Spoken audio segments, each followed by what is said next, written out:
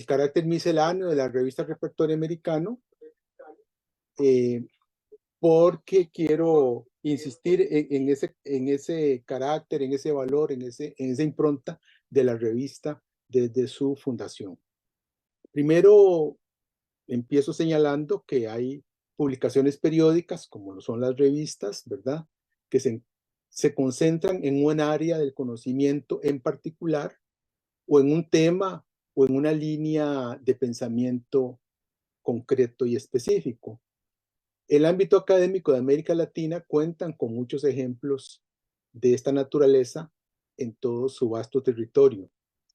Dentro de cada una de estas opciones que menciono, puede darse la inclusión de una variedad de escritos dentro de una misma línea temática, o bien el desarrollo de un solo tema o de un tema central, pero por distintas voces de autores. Cito como ejemplos algunas revistas conocidas, por ejemplo, algunas revistas disciplinarias o temáticas. Puede ser la revista de historia de la Universidad Nacional, que es una revista que trata únicamente de temas históricos. La revista de estudios de literatura colombiana de la Universidad de Antioquia también, que es una revista consagrada exclusivamente a la literatura de ese país. La revista Letras de la Universidad Nacional de nuestra facultad, es una revista que trata únicamente de temas literarios y lingüísticos.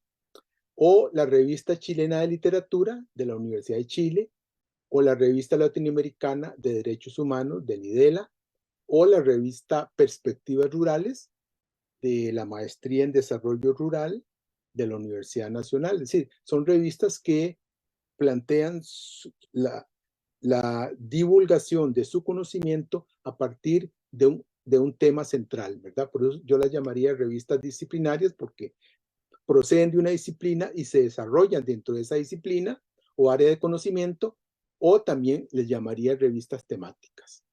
Sin embargo, hay otras revistas, como mencioné, lo que llamaríamos revistas con línea de pensamiento, que son muy pocas, por cierto, en la actualidad, pero sí menciono la revista Verbo, una revista conocida por nosotros, puesto que la recibimos en calidad de canje con Repertorio Americano. La revista Verbo es una revista española de una fundación que se llama Speiro, y que se describe de la siguiente manera, para que ustedes vean lo que sería una revista con pensamiento definido. Dice: revista de formación cívica y de acción cultural según el derecho natural y cristiano. O sea, que es una revista que ya tiene una línea de pensamiento o una ideología o una forma de ver particular. Sin embargo, además de estas mencionadas, se podrían establecer otras categorías, ¿verdad? Por ejemplo, el caso de las revistas misceláneas, a lo que me voy a referir principalmente. Estas se dedican, como su nombre lo sugiere, estas se refieren, como su nombre lo sugiere, a aquellas en que se tratan materias diversas, temas distintos entre sí y géneros diferentes, bajo la modalidad de artículos científicos, ensayos, reseñas de publicaciones, documentos, etc. Podría tratarse de una producción inter o multidisciplinaria, no programada como tal. No se trata, sin embargo, de un caso de dispersidad, sino de una aglomeración de temas que pueden tener alguna afinidad entre sí, pero que no necesariamente tiene que haberla. Justo con este rasgo fue que nació y se desarrolló la revista Repertorio Americano desde 1919 hasta 1958, durante casi 40 años de producción. Y es como se anota precisamente en la portada del tomo 30, que lo tomé así al azar, el tomo 30 de 1935, donde dice lo siguiente: Semanario de Cultura Hispánica, de Filosofía y Letras, Artes, Ciencias y Educación, Misceláneas y Documentos.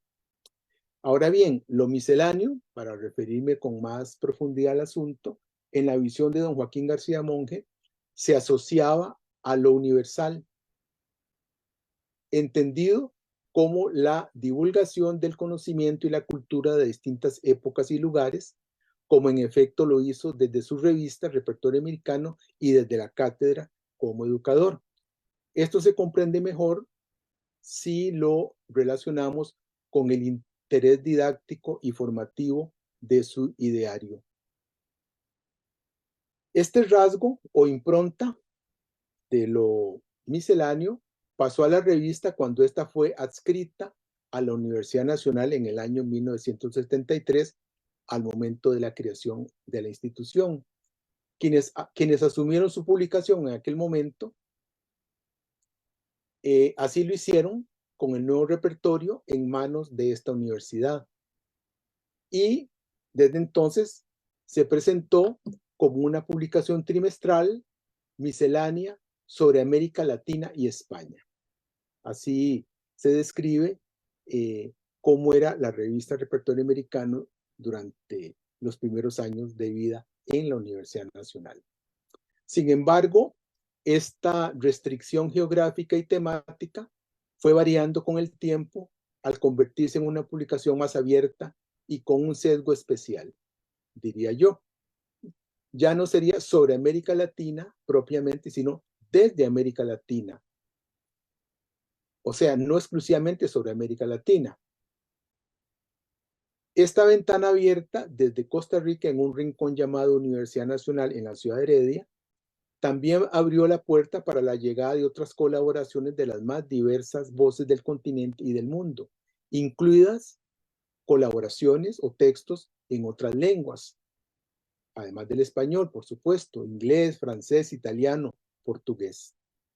Uno de los pocos ejemplos de lo misceláneo en una revista latinoamericana, además del repertorio americano, sería el de la conocida y prestigiosa revista Casa de las Américas de Cuba, que tiene un perfil de revista abierta, no dedicada a un solo tema, aunque tiene mucho de producción y de publicación de temas literarios. No es una revista literaria, incluye otros temas sociales, de traducción, de literatura propiamente, de creación literaria, y eso le da un abanico de posibilidades de expresión de diferentes disciplinas. Entonces, como se puede apreciar, la revista Repertorio Americano ha tenido cambios progresivos, quizá no tan notorios, han sido realmente sutiles, pero sí muy concretos, que le permitieron pasar de una publicación inicial, allá por los años 70 y 80, muy enfocada en Costa Rica y en Latinoamérica, con un predominio de temas de literatura, aspecto que puede ser atribuible a quienes la codirigían en aquella época, que eran una filóloga y un escritor, poeta. Entonces se pasa de una publicación muy enfocada en Costa Rica y en Latinoamérica y un poquito en España, a una publicación más diversa en su contenido, sin que medie una jerarquización en la selección y aprobación de los textos recibidos. O sea, los textos que conforman su contenido no tienen ninguna jerarquización en cuanto a cuáles son más importantes o destacados que otros. Los textos se ajustan al formato y al concepto de la revista, que está dividida en secciones, como paso a explicar a continuación. Para esta explicación voy a tomar como ejemplo la revista publicada en el 2022, o sea, la número 32, porque es la que ya está disponible en línea. Me omito hablar de la revista de este año, la revista 33, porque apenas le están subiendo al portal de la universidad. Entonces, para explicar con más profundidad el contenido de esta revista 32 2022 y mostrar su carácter misceláneo, paso a lo siguiente. La revista abre, como siempre, con una sección titulada En palabras de don Joaquín. En esta sección se reproducen textos originales de este escritor, educador y editor costarricense. Muy importante para el IDELA por diversas razones. Ese era el nombre con que iban a llamar al instituto sus fundadores en 1973. El IDELA se iba a llamar Instituto Joaquín García Monge. Otro aspecto es que la revista Repertorio Americano de don Joaquín García Monge es asumida por el instituto por decreto de creación de la universidad al momento en que ésta se funda. Y otro aspecto es la cátedra Joaquín García Monge, que ha estado durante muchos años en el instituto. También otro programa que se desarrolló en el IDELA, pero del cual no se hace mucha mención, era el Simposio Joaquín García Monge, que se realizó en unas 2 o 3 ocasiones y era un simposio de carácter internacional sobre problemáticas latentes en América Latina.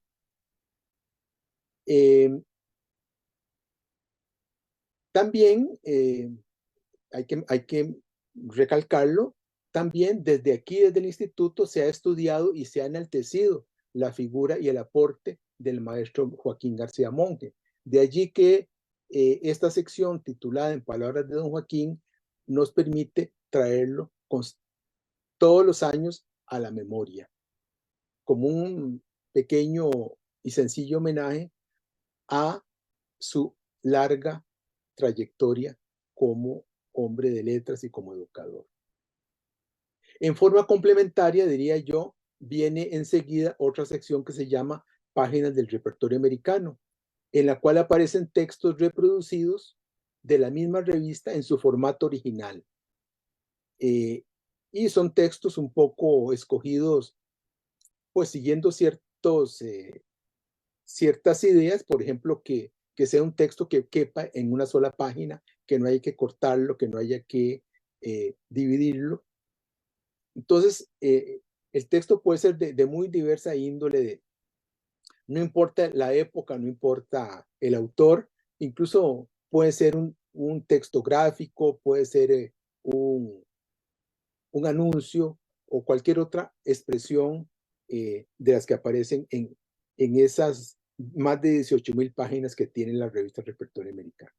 Y luego ya la revista arranca con lo que sería el corpus principal, que son los artículos. Los artículos son las colaboraciones que recibimos de los autores y autoras que escriben para la revista o que nos envían sus colaboraciones. Y estas son sometidas a un proceso, ¿verdad? Para que se ajusten a la normativa internacional que se aplica a las revistas en los tiempos actuales. Entonces, aquí aparecen los artículos científicos y académicos escogidos para cada edición. Es la parte donde se muestra con más claridad el carácter misceláneo de la revista y es para los repositorios y catálogos internacionales lo más relevantes, ya que aquí se encuentran los artículos más visitados y consultados por las personas investigadoras en diferentes lugares del mundo. Por lo tanto, se cuida mucho que el material incluya todo lo que debe incluir un artículo científico o académico en la actualidad, es decir, que tengan su resumen en 2 idiomas, descriptores, filiación de los autores y autoras, el ORCID, el DOI, etc. Entonces, aquí, como vamos a ver, es donde este carácter misceláneo se puede probar con más claridad. Entonces,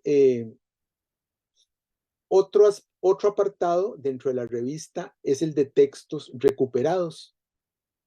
Esa es una sección importante, creo yo, porque aquí aparecen productos de la investigación realizada en el Instituto de Estudios Latinoamericanos, pero que nunca fueron publicados ni divulgados como correspondía hacer en su momento. El objetivo es hacer justicia con sus autores y autoras, con la inversión de la Universidad Nacional y con la obligación de divulgar el conocimiento generado en la misma universidad con presupuesto de la propia institución. Seguidamente está la sección de semblanza, que es una sección, digamos, que a veces aparece y a veces no, que está dedicada a trabajos que se reciben sobre personalidades de la cultura costarricense o latinoamericana. Se trata de textos que no corresponden por su forma y su contenido a la categoría de artículo, pues se trata de trabajos más bien de carácter biográfico y descriptivo. Estos estudios tienen el valor de dar a conocer o de traer al presente a personas que han aportado al arte, a la literatura, a la educación, a la ciencia y la cultura en general. Otra sección de mucho interés que viene seguidamente es la de creación. Este apartado tiene como finalidad dar a conocer el trabajo literario de personas jóvenes o de personas nuevas en el mundo de la escritura literaria, ya sea poesía, narrativa, teatro e incluso canciones. Se busca con esto incentivar la creación literaria entre la población estudiantil, que se convierte en una colaboradora importante, y con esto cumplir con los fines de una universidad inclusiva y humanista. La última parte corresponde a las reseñas de libros o de revistas impresas que recibimos como colaboración o que se realizan por iniciativa propia. La revista cuenta con un acervo de publicaciones que se reciben en calidad de canje o de donación de entidades nacionales e internacionales. Algunas de las reseñas tratan sobre libros o revistas que se reciben en esta calidad o que son del interés nuestro por su actualidad y por su relación con los temas que desarrolla el instituto en su área académica. Otra sección que no es permanente es la de ensayos, generalmente seguida a la sección de artículos, ¿verdad? En la parte de ensayos generalmente se incluyen o se publican textos de interés por su tema y por su enfoque, pero que no califican como artículos por su formato y que sin embargo vale la pena dar a conocer, ya no como artículo científico, sino como ensayo. Luego de esta introducción voy a referirme al último número de la revista que se encuentra disponible en línea. Estamos pendientes de la versión impresa y que fue editado más bien, perdón, en el año pasado, en el 2022.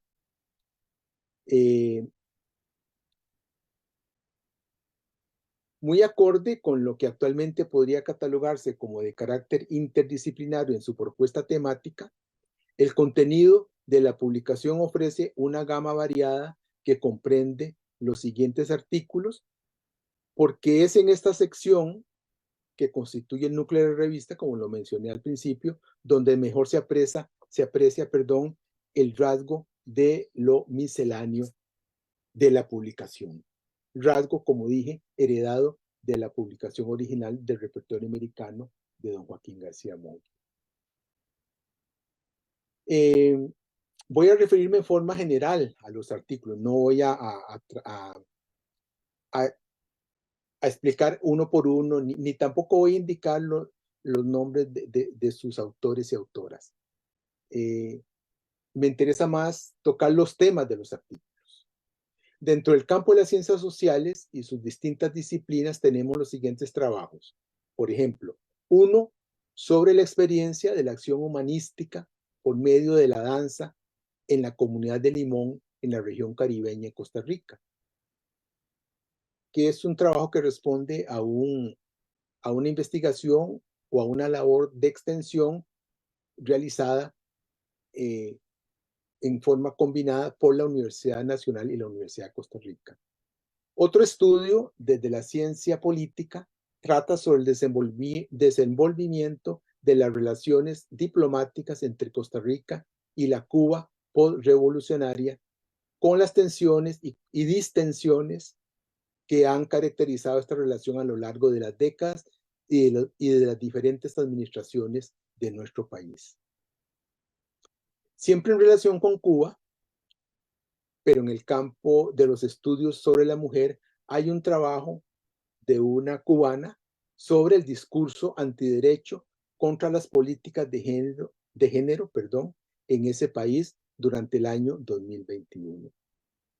En el campo, por otra parte, en el campo de la historia de Costa Rica, se ofrecen 3 análisis sobre acontecimientos de finales del siglo XIX y del siglo XX. El primero es un trabajo muy interesante sobre el Pacto de Ochomogo como un hito en la construcción de la modernidad costarricense. Este pacto político ha sido determinante, como sabemos, en el devenir de la Costa Rica de los últimos 50 años. El otro estudio, de carácter histórico, se refiere a la guerra de Coto entre Costa Rica y Panamá, ocurrida en el año 1921, un hecho poco abordado por la historiografía actual, pero que tuvo su repercusión en el ámbito cultural en aquella época y social también, puedo decirlo. El otro trabajo de carácter histórico se llama Daños contra la propiedad en San José, 1890-1915, y se trata de una investigación del IDELA realizada hace más de 20 años y que se recuperó de los archivos institucionales donde permaneció sin divulgación alguna, como ha ocurrido con otros valiosos trabajos que estamos procurando sacar adelante. Otro campo disciplinario importante dentro de la revista es el de la literatura. Como se dijo al principio, los estudios literarios identifican la revista desde su aparición hace 5 décadas. 2 trabajos críticos sobre literatura costarricense sirven de preámbulo. Uno sobre el absurdismo desde el punto de vista camusiano y como categoría estética en una obra, en un cuento, que se llama El Grito, del conocido narrador Carlos Salazar Herrera, creador de los cuentos de Alguntias y Paisajes, de donde se toma este relato. Por otro lado, hay un estudio sobre otro clásico de la literatura costarricense, Fabián Dobles, recién nombrado benemérito, contemporáneo también de Salazar Herrera, con un abordaje sobre su cuento de 1972, Los hombres no lloran, y en relación con el tema de la masculinidad hegemónica. Otro trabajo literario costarricense, es también un trabajo de recuperación de una investigación realizada en el IDELA y que fue publicada por la editorial Costa Rica bajo el título de Historia Crítica de la Narrativa Costarricense. Esta investigación que realizamos cuatro investigadores del instituto fue publicada, como mencioné. Sin embargo, hubo una parte que quedó inédita y quedó guardada en los archivos también, al igual que el trabajo sobre delitos que mencioné anteriormente, y entonces se tomó la decisión de publicar esta parte de la investigación que había quedado guardada sin dar a conocer. Ahora bien, siempre hablando del tema literario, pero en cuanto a literaturas extranjeras, se encuentran 3 estudios. El primero está escrito en inglés y trata sobre la poesía ekfrástica, es decir, aquella en que convergen el arte gráfico y su representación verbal. Es una forma que viene de la antigüedad, que se desarrolló mucho en la literatura antigua, y un ejemplo es la descripción de la forja del escudo de Aquiles en la Ilíada de Homero. Según se plantea en este artículo de una académica de la Universidad de Costa Rica, pintor poeta y lector forman un encuentro de mentes frente a la obra de arte. Y esto es lo que la poesía ekfrástica trata de reproducir. El segundo trabajo literario, pero sobre literaturas extranjeras, tiene que ver con literatura clásica y analiza el personaje de Penélope en 3 cantos de la Odisea. El tercer trabajo, escrito en francés, analiza el espacio en las novelas del ciclo rural de la escritora francesa Georges Sand. Mención aparte para 2 artículos que quiero destacar. Uno escrito en italiano, donde se realiza un análisis sobre las percepciones de esta lengua entre un grupo de estudiantes universitarios. El otro artículo destaca la vida y obra de la educadora costarricense Auristela Castro de Jiménez, quien además fue poeta.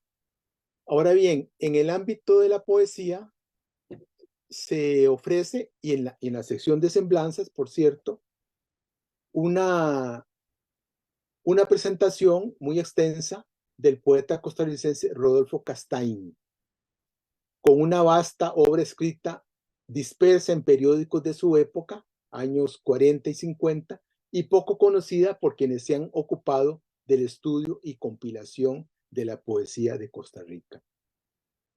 Este trabajo sobre el poeta Castaing incluye, por supuesto, un largo estudio sobre su vida, los aspectos biográficos y una compilación de su poesía. En la sección de creación se incluyen los poemas de un joven escritor costarricense y de un poeta peruano que nos envió sus textos. Finalmente, la parte dedicada a reseñas, a reseñar obras, incluye 2 trabajos críticos sobre sendos poetas costarricenses, Gustavo Arroyo y su poemario Pájaro Mudo, publicado en el año 2022 y editado por New York Poetry Press, y un libro de Rocío Milene Ramírez González, quien fue ganadora del premio Corina Rodríguez en el 2021, y su libro Trenzando Agua, editado en el año 2022 por la Asociación Costarricense de Escritoras.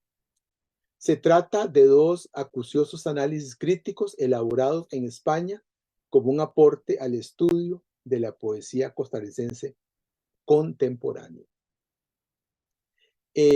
Con esta breve incursión en los temas que constituyen la revista Repertorio Americano, edición 32 del año 2022, se pretende sustentar que se trata de una publicación miscelánea en el sentido de la diversidad temática, lo cual implica una mayor apertura a la recepción de escritos académicos de calidad,